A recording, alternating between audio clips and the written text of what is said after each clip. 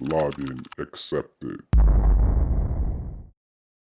Hello everyone, this is Freddy, and in this video I'm going to show you how to make File Explorer open to this PC or quick access.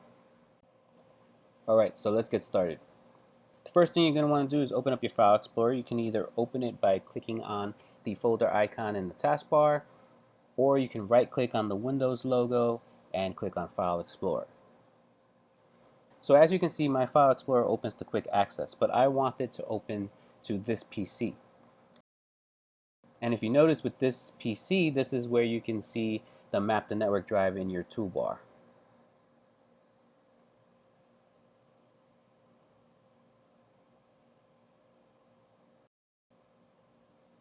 So we'll click on View,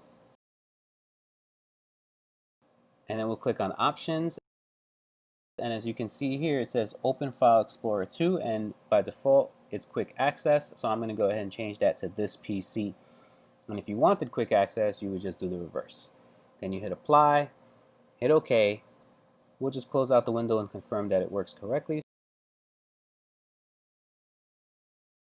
So we'll open up another File Explorer window, and you see it opened to this PC, and we have the Mac network drive right there available to us on the toolbar.